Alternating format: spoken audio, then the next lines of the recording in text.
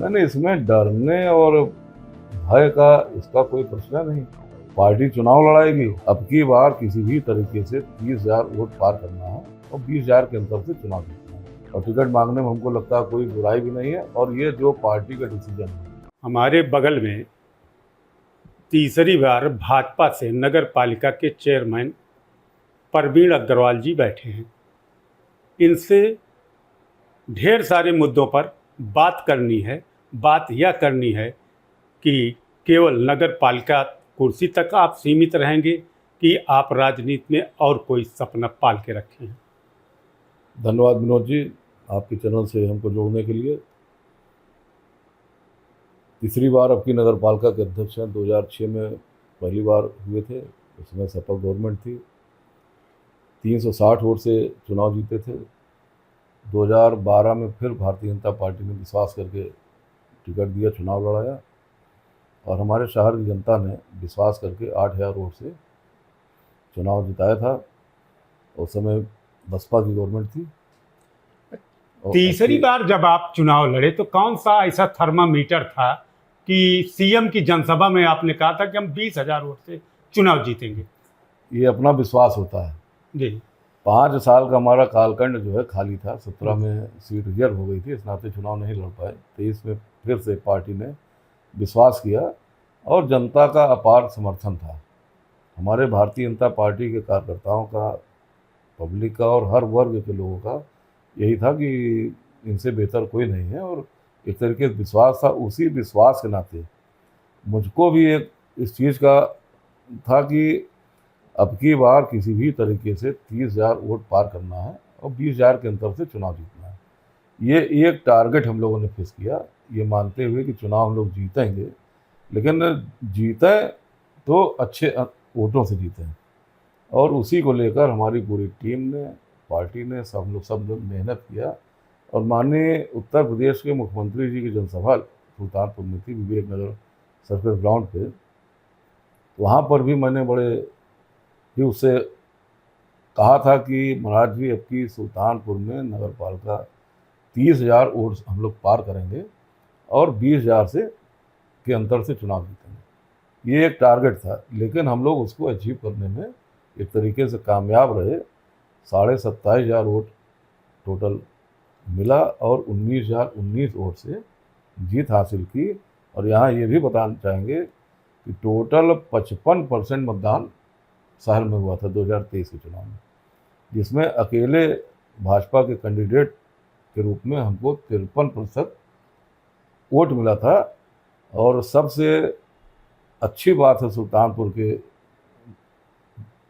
आम नागरिक के लिए, मतदाताओं के लिए, कि उत्तर प्रदेश की 200 नगर पालिका में चुनाव हुआ था 199 में, और जिसमें जब बाद में टेबुलेशन सीट आई, आंकड़े आए, तो सुल्तानपुर जीत के प्रतिशत में हमारी नगर पालिका 11वें स्थान पर रही।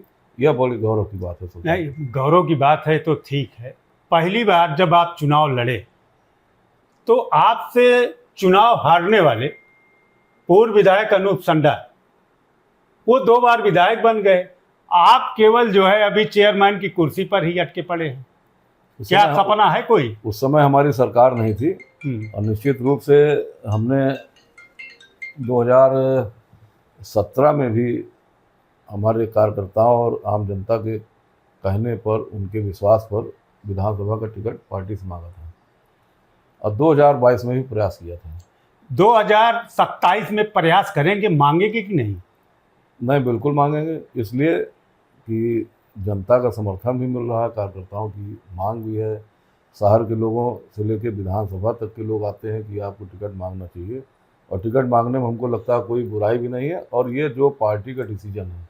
सामने आपके बाबू विनोद सिंह विधायक रहेंगे, आप उनके सामने का टिकट में कहाँ टिक पाएंगे?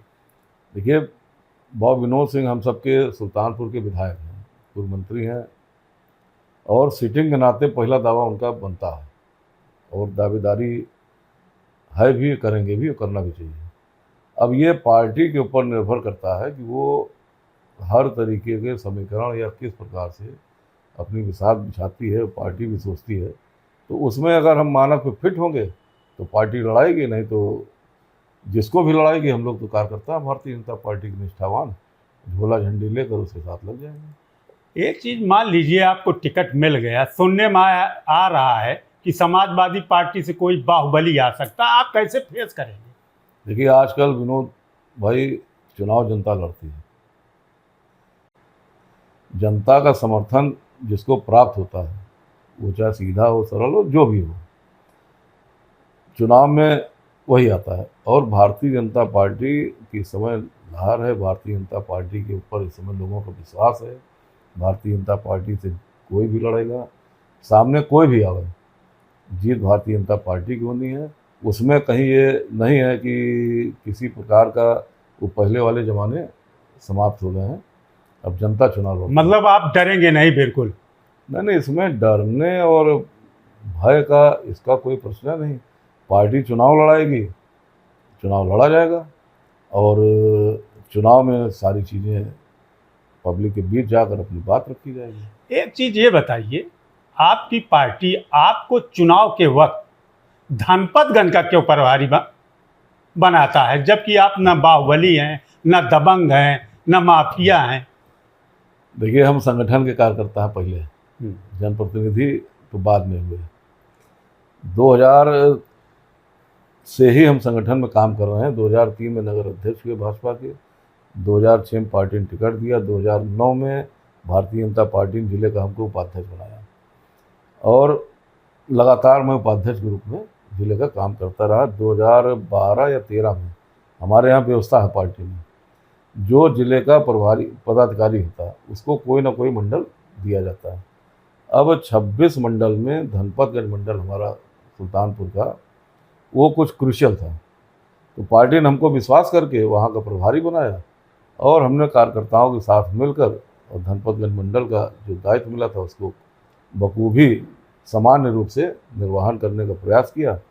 अब की पदाधिकारी के रूप में और लोगों का चयन हुआ, तो अब धनपतगंज के का प्रभारी, अब चूँकि पदाधिकारी न होने की वजह से धनपतगंज मंडल का प्रभारी जो पदाधिकारी हैं उनमें से किसी को बनाया गया।